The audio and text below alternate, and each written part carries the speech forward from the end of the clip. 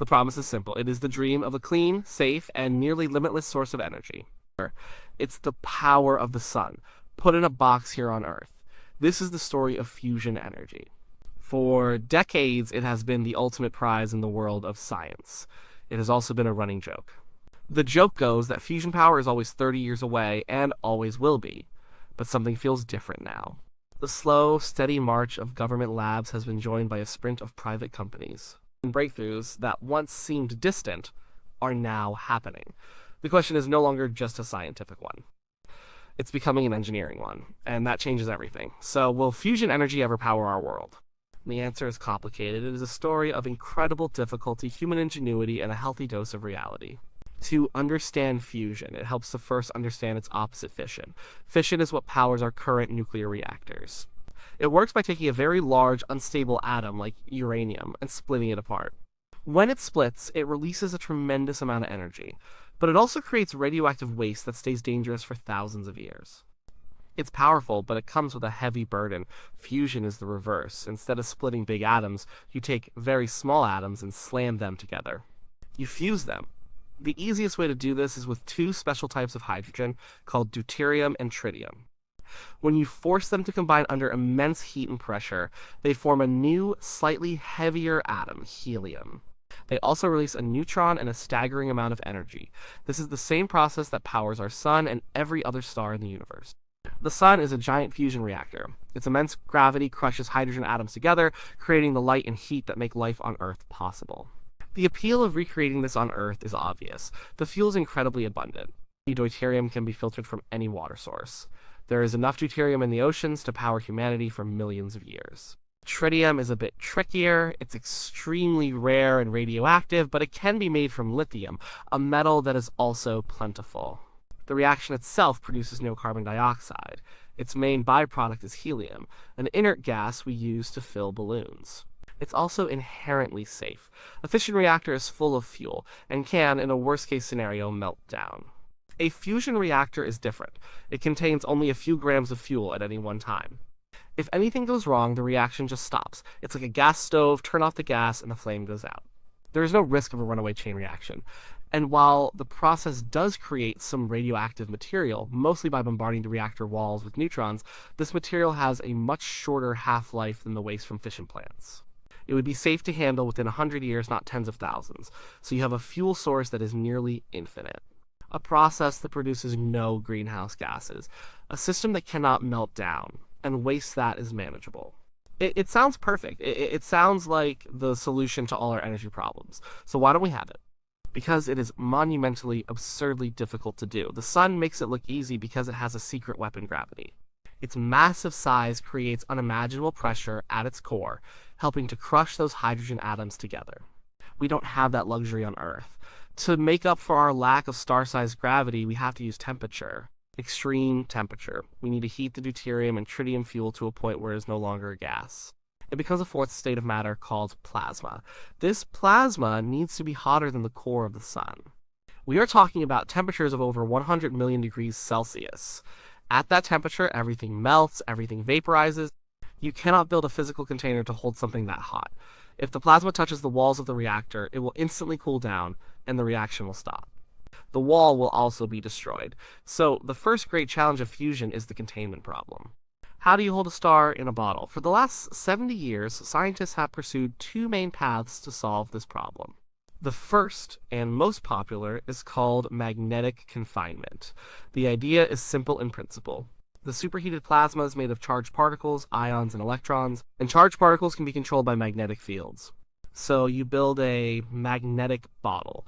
You create incredibly powerful magnetic fields that hold the plasma in a specific shape, suspending it in the middle of a vacuum chamber, never allowing it to touch the walls. The most common design for this magnetic bottle is called a tokamak. Invented in the Soviet Union in the 1950s, a tokamak is shaped like a donut. A series of powerful magnets ring the donut, creating a twisty magnetic field that traps the plasma inside. For decades, scientists around the world have been building bigger and better tokamaks, learning how to control the wild and turbulent plasma. It is a painstaking process. The plasma wriggles and writhes, trying to escape. Keeping it stable for long enough to get a sustained reaction is one of the hardest things humans have ever tried to do. The largest scientific experiment on Earth is being built right now in the south of France to tackle this very problem. It's called ITER, which stands for International Thermonuclear Experimental Reactor. It is a massive collaboration between 35 countries, a testament to the global belief in fusion's promise. The ITER tokamak will be a giant. The machine itself will weigh 23,000 tons. It is designed to be the first fusion device in history to produce a net energy gain. That means getting more energy out of the fusion reaction than it takes to heat the plasma in the first place. This is measured by a value called Q. A Q of 1 means you get out exactly as much energy as you put in. To be a viable power plant, you'd probably need a Q of 20 or 30. ITER's goal is to achieve a Q of 10. It is designed to produce 500 megawatts of thermal power from an input of just 50 megawatts. But ITER is not a power plant. It will not generate any electricity. It is a pure science experiment designed to prove that a large burning plasma can be controlled and can produce a significant net gain of energy. The project has been plagued by delays and cost overruns. It is a slow, complex, and bureaucratic endeavor. But if it works, it will be a historic achievement, a critical proof of concept for the entire magnetic confinement approach. There is another, less common type of magnetic bottle called a stellarator. It also uses magnets to confine plasma, but its shape is wild. Instead of a simple donut, a stellarator looks like a twisted, gnarled ribbon. The idea is that this complex computer-designed shape creates a more stable magnetic field from the start, making it easier to control the plasma than in a tokamak. They are incredibly difficult to build, but a major stellarator in Germany, called the Wendelstein 7X, has shown impressive results, proving the concept is a viable alternative. The second main path to fusion is called inertial confinement. If magnetic confinement is about holding the plasma steady for a long time, inertial confinement is about brute force and speed. The idea is to take a tiny pellet, smaller than a peppercorn, containing the deuterium and tritium fuel. You then blast this pellet from all sides simultaneously with the world's most powerful lasers. The intense energy from the lasers vaporizes the outer layer of the pellet, causing it to explode outwards. This creates an opposite inward force, like a rocket. This force is so immense that it crushes the fuel in the center of the pellet, creating the same kind of temperature and density you'd find at the core of the sun, but for just a fraction of a second. For a brief, shiny moment, the fuel's own inertia, its tendency to stay put, is enough to hold it together while it fuses and releases a burst of energy. The leading facility for this approach is the National Ignition Facility, or NIF, at Lawrence Livermore National Laboratory in California. NIF is a massive building, the size of 3 football fields, housing 192 giant lasers. These lasers are all focused on that one tiny target. For years, NIF struggled to get the implosion just right. It was like trying to squeeze a water balloon perfectly from all sides without it squishing out in one direction. But in August 2021, and again in late 2022, they finally did it. They achieved what is known as ignition. For the first time, the energy released from the fusion reaction was greater than the energy delivered to the target by the lasers. It was a monumental scientific breakthrough. It proved that the fundamental physics of inertial confinement fusion works. However, a huge caveat remains. While they got more energy out of the fuel than they put into the fuel, they did not get more energy out than it took to power the entire facility. The lasers themselves are incredibly inefficient. It took hundreds of megawatts of electricity from the grid to produce just a couple of megawatts of laser light. So, while NIF proved the science, it is a very long way from being a practical power plant. But the proof is there. Humans can create a net energy gain fusion reaction. For a long time, the story of fusion was the story of these two approaches, driven by slow, deliberate, government-funded research at places like ITER and NIF. But over the last decade, the landscape has changed dramatically. A new wave of private companies has entered the race, backed by billions of dollars in private investment. These startups are often smaller, nimbler, and more willing to take risks on new ideas. They believe they can get to fusion faster and cheaper than the big government projects. This new private fusion industry is being driven by a few key technological advances. One is the development of powerful new high-temperature superconductors. Superconductors are materials that can conduct electricity with zero resistance, which is perfect for making the incredibly strong electromagnets needed for a tokamak. Older magnets had to be cooled with liquid helium to near absolute zero, making them bulky and expensive. These new superconductors can operate at much warmer, though, still very cold temperatures, allowing for magnets that are far more powerful for their size. A startup spun out of MIT called Commonwealth Fusion Systems is using this new magnet technology to build a different kind of tokamak. Instead of going huge like ITER, they are going small and powerful. Because their magnets are so much stronger, they can create a much more intense magnetic field, allowing them to contain the plasma in a much smaller device. They have already built and tested a prototype magnet that is the strongest of its kind ever created. Their plan is to build a compact experimental reactor called Spark to prove net energy gain, and then follow it up with a pilot power plant called ARC. They believe they can get to a working power plant on a much faster timeline than ITER. Another prominent company, Helion, is trying something completely different. They are not building a tokamak or a stellarator. Their machine accelerates two rings of plasma and smashes them into each other in a central chamber. This collision creates the conditions for fusion for a short period. What's really unique about their approach is that they are not trying to use the heat from the reaction to boil water and turn a turbine. Instead, they plan to capture the energy directly. As the plasma expands after the fusion pulse, it pushes back against the magnetic field, and this change in the magnetic field can directly induce an electrical current. It's like turning the whole machine into a generator. If it works, it could be a much more efficient way to produce electricity. They also plan to use a different fuel reaction that produces fewer problematic neutrons. Then there are companies like General Fusion in Canada, which is pursuing a hybrid approach called magnetized target fusion. Their idea involves creating a vortex of spinning liquid metal. They then inject plasma into the center of this vortex. Finally, they use an array of powerful pistons to collapse the liquid metal sphere, compressing the plasma to fusion conditions. It is a wild mechanical approach that sounds like something out of science fiction. But they are building a demonstration plant in the UK to prove it can work. These are just a few of the dozens of private companies now chasing the fusion dream. Each has its own unique design, its own set of challenges, and its own ambitious timeline. The excitement is palpable. There are more ideas being tested now than at any other time in history. This competition is accelerating progress and forcing everyone to innovate faster.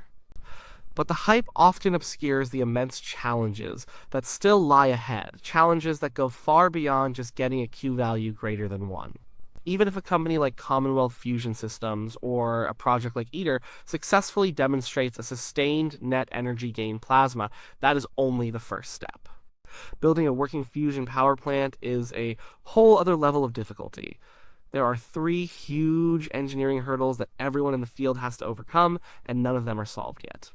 The first is the tritium problem. As mentioned, the easiest fusion reaction uses deuterium and tritium. Deuterium is easy to get from water.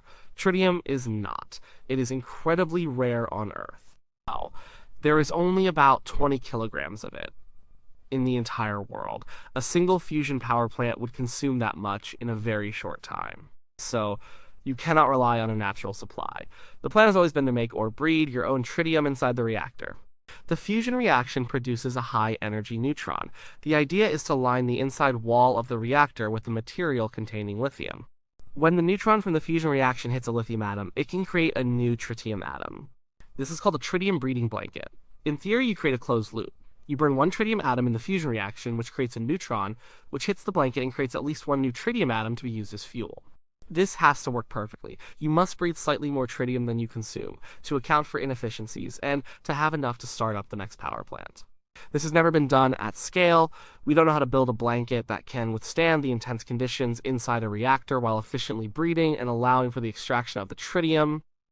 It is a massive materials science and engineering challenge. If we can't breed our own tritium, the most common type of fusion energy is a non-starter. The second major hurdle is materials. The inner wall of a fusion reactor will be one of the most hostile environments humans have ever created. It will be bombarded by a constant stream of high-energy neutrons. These neutrons are like tiny bullets that damage the atomic structure of whatever they hit. Over time, they will make the metal walls of the reactor brittle and weak. They will also make the materials themselves radioactive. We need to develop new alloys and materials that can withstand this neutron bombardment for years on end without degrading. If the reactor walls have to be replaced every year, the power plant will never be economical. Finding and mass producing these fusion-proof materials is a huge unsolved problem. The third hurdle is actually getting the energy out. In most designs, the energy from the fusion reaction is carried away by those neutrons. The neutrons fly out of the plasma, hit the reactor wall and the breeding blanket, and deposit their energy as heat. The power plant then has to capture this heat, use it to boil water or some other fluid, and use that steam to turn a turbine and generate electricity. This is the same basic process used in a coal plant or a fission plant, but doing it in a fusion environment is much harder. You have to design a system that can efficiently extract heat while also breeding tritium and withstanding the neutron damage, all within the complex geometry of a tokamak or stellarator. It is a systems engineering problem of immense complexity, so where does that leave us? The old joke about fusion being 30 years away has been around for so long because, for a long time, progress was slow. The problems were just too hard, but the recent breakthroughs are real. The NIF ignition proved the fundamental physics. The new high-temperature magnets are a potential game-changer for tokamaks. The influx of private capital is fueling a Cambrian explosion of new ideas and approaches. For the first time, it feels like the question is shifting from if to when. But when is still the hard part. A realistic timeline is starting to emerge, but it is not the one the most optimistic headlines might suggest.